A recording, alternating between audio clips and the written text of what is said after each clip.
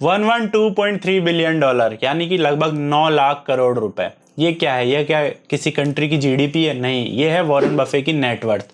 ये जो पूरी नेटवर्थ है ये इन्होंने स्टॉक मार्केट से बनाई है, और आपको पता ही होगी वॉरेन बफे को मार्केट का भगवान कहा जाता है। तो इनका जो लॉन्ग टर्म रिटर्न है वो आपके हिसाब से कितना होगा? 100%, 50%, 30%? नहीं, सिर्फ 19.8%। अब मैं सिर्फ क्यों कह रहा हूँ?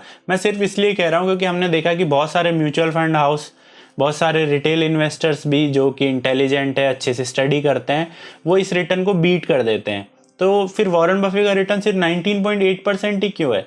तो क्या इसका मतलब ये है कि जो कम कैपिटल वाले लोग भी हैं, जो लिमिटेड इन्फॉर्मेशन वाले लोग हैं, क्या वो भी बड़े बड़े इंस्टीट्यूशनल इन्वेस्टर और बड़े बड़े जो एस इन्वेस्टर्स हैं उनको बीट कर सकते हैं? तो आइए हम इस वीडियो में जानते हैं कि क्या स्मॉल रिटेल इन्वेस्टर्स बड़े बड़े इंस्टीट्यूशनल इन्वेस्टर्स को बीट कर सकते हैं, म्यूचुअल फंड को बीट कर सकते हैं। आइए जानते हैं।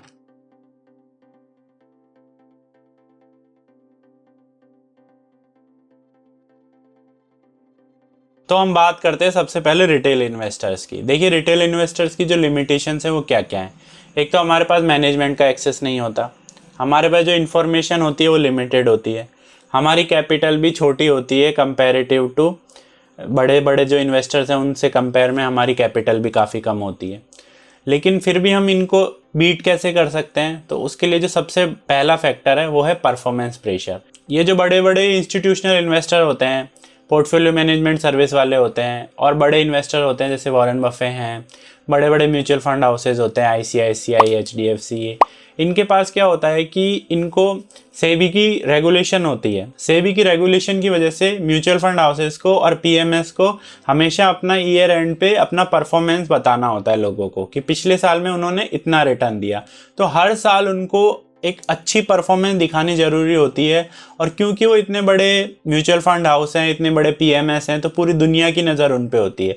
वहीं अगर हम देखें रिटेल इन्वेस्टर, तो हमारे लिए बिल्कुल नहीं है। हमारे अकाउंट में क्या है, हमने कौन से शेयर खरीद रखे हैं, हमें कितना लॉस है, कितना प्रॉफिट है, पिछले साल कितना रिटर्न आया, पिछले महीने कितना रिटर्न आया, इससे हमें कोई फ़र्क नहीं पड़ने वाला। इसको कंपेयर करते हैं मान लीजिए क्रिकेट से।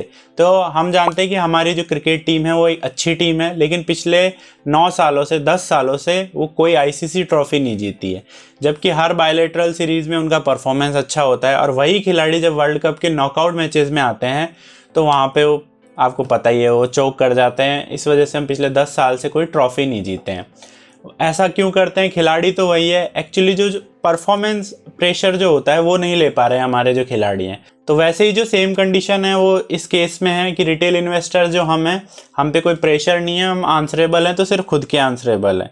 लेकिन यही जो म्यूचुअल फंड हाउस है, पीएमएस हैं, इवन जो बड़े इन्वेस्टर्स हैं, उनको भी अपनी इमेज बना के रखनी है। तो उनको हर साल परफॉर्मेंस करना, हर साल अच्छा परफॉर्मेंस देना, वो बहुत ज़्यादा ज़रूरी हो जाता है। ऐसे ही सेकंड चीज़ है साइज़ ऑफ कैपिटल।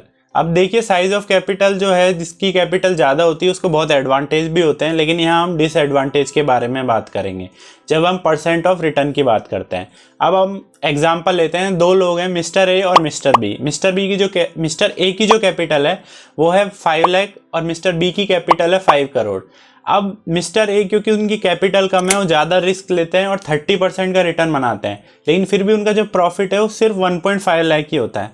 वहीं पे जो मिस्टर बी हैं, क्योंकि उनकी कैपिटल ज़्यादा है और वो ज़्यादा रिस्क नहीं लेते हैं, तो वो क्या करते हैं, सिर्फ 10% का रिटर्न बनाते हैं, फिर भी उनका जो प्रॉफिट होगा वो 50 लाख होगा। तो परसेंट वाइज मिस्टर ए ने ज़्यादा रिटर्न बनाया, लेकिन एब्सोल्यूट रिटर्न जब आप देखेंगे तो मिस्टर बी यहाँ पे ज़्यादा पैसे बना रहा है। तो जो साइज़ ऑफ कैपिटल है एक कंस्ट्रेंट हो जाता है, क्योंकि जब आपका साइज़ ऑफ कैपिटल काफ़ी ज़्यादा हो जाता है, लाइक 5 करोड़, 10 करोड़, 50 करोड़, 100 करोड़, तो आपकी जो पहली प्रेफरेंस रहती है वो रिटर्न नहीं रहती है।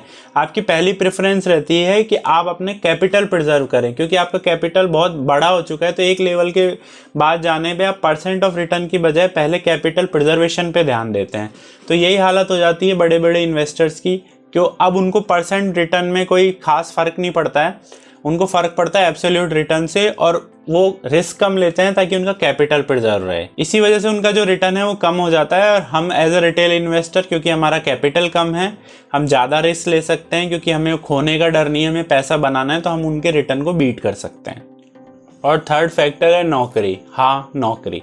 नौकरी म्यूचुअल फंड के जो फंड मैनेजर होते हैं वो एएमसी के यहाँ हाई पेइंग जॉब कर रहे होते हैं। अब उनकी जो सबसे पहली प्रेफरेंस होती है, अगर हम भी उनकी जगह होंगे तो हमारी भी पहली प्रेफरेंस होगी नौकरी बचाना। तो बजाय बहुत बड़ा रिस्क लेके वो क्या कोशिश करेंगे कि वो एक लिमिटेड रिस्क ले और कॉमन स्टॉक्स खरीदें। जैसे वो HDFC बैंक, कोटक बैंक खरीदेंगे बजाय IIFL फाइनेंस के, चाहे उसमें उनको अच्छा प्रॉस्पेक्ट दिख रहा हो। क्योंकि HDFC बैंक, कोटक बैंक आपको लगभग हर म्यूचुअल फंड के स्कीम में मिल जाएगा। तो अगर वो डूबता भी है तो सबको गालियाँ पड़ने वाली हैं, वो जो एक पर्टिकुलर फंड मैनेजर है वो हाईलाइट नहीं होने वाला है। तो वो अपनी नौकरी बचाने के लिए एक एवरेज रिटर्न को ज़्यादा कंसीडर करेगा, क्योंकि उसको कोई अगर अच्छा रिटर्न आता है तो ठीक है, थोड़ी बहुत स्पीड से अच्छे उससे उसका AUM भी बढ़ता है। लेकिन अगर रिटर्न ख़राब आता है, एक भी स्टॉक जिसमें ठीक ठाक सी एलोकेशन थी वो डूब जाता है, तो नाम ज़्यादा ख़राब होता है। और अगर नाम ज़्यादा ख़राब होगा तो नया AUM आना बंद हो जाएगा, नए लोग उससे दूर भागने लग जाएंगे। और नए लोग अगर उससे दूर भागने लग गए तो अपने आप उसका जो स्कीम है, उसकी जो AMC है, वो सबकी बैंड बच जाएगी, क्योंकि जो भी कमाई है वो एक्सपेंस रेशियो से है, जो कि AUM पे डिपेंड करता है। और फोर्थ फैक्टर है रेगुलेटरी लिमिटेशंस। देखिए, जो म्यूचुअल फंड हाउस है और जो PMS है वो सेबी द्वारा रेगुलेट होती है, तो इसमें बहुत सारी उनके लिमिटेशन होती है। जैसे कि देखिए, मेन जो 3 कैटेगरी के स्टॉक्स होते हैं, लार्ज कैप, मिड कैप और स्मॉल कैप। लार्ज कैप वो होते हैं जो 1 से लेके 100 तक जिनका मार्केट कैप होता है, टॉप 100 कंपनीज इंडिया की। फिर 100 से 250 आते हैं मिड कैप, और 250 के बाद बची हुई जितनी भी कंपनीज आती हैं वो होती हैं स्मॉल कैप। अब मान लीजिए किसी जो फंड है उसका जो ऑब्जेक्टिव है, उसका मैंडेट है, वो है value fund in large cap category. तो वो क्या करेगा, सिर्फ लार्ज कैप जो कैटेगरी के जो स्टॉक हैं वो उन्हीं को टारगेट करेगा, और उसमें भी वो ग्रोथ स्टॉक नहीं लेगा, वो उसमें वैल्यू बाय करेगा, क्योंकि अब उसकी एक लिमिटेशन हो गई है।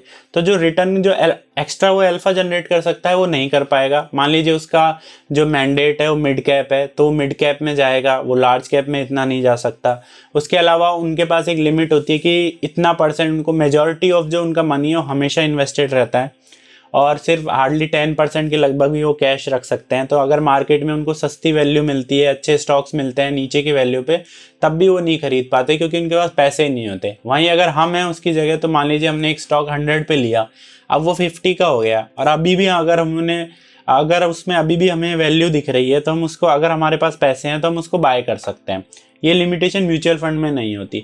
उसके अलावा आपको पता है जो ह्यूमन बिहेवियर है, उसको कितना भी बता लीजिए कि जब स्टॉक मार्केट नीचे गिरे तो ज़्यादा इन्वेस्ट करना चाहिए, लेकिन जैसे ही पोर्टफोलियो में रेड कलर दिखता है तो लोग वहाँ से दूर भागते हैं। तो इससे क्या होता है कि जब मार्केट नीचे होता है तो बजाय ज़्यादा पैसा डालने के, लोग पैसे को रिडीम करने लग जाते हैं। और अगर लोग पैसा रिडीम करेंगे तो उसके लिए फंड मैनेजर को एक ही काम करना पड़ेगा, उसको अपने स्टॉक्स बेचने पड़ेंगे, म्यूचुअल फंड की यूनिट्स बेचनी पड़ेगी। तो बजाय वो एक अच्छा रिटर्न जनरेट करने के क्रैश के टाइम पे, उसका रिटर्न और ज़्यादा ख़राब हो जाता है।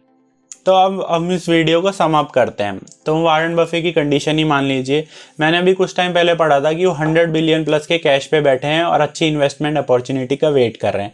अब मान लीजिए 100 बिलियन से उन्हें एक अच्छा रिटर्न जनरेट करना है, तो उसके लिए उनको कैपिटल एम्प्लॉय करनी पड़ेगी। अब मान लीजिए वो किसी स्टॉक में $10 बिलियन इन्वेस्ट करते हैं, लेकिन इसके लिए इतनी मार्केट कैप भी तो होनी चाहिए इसकी।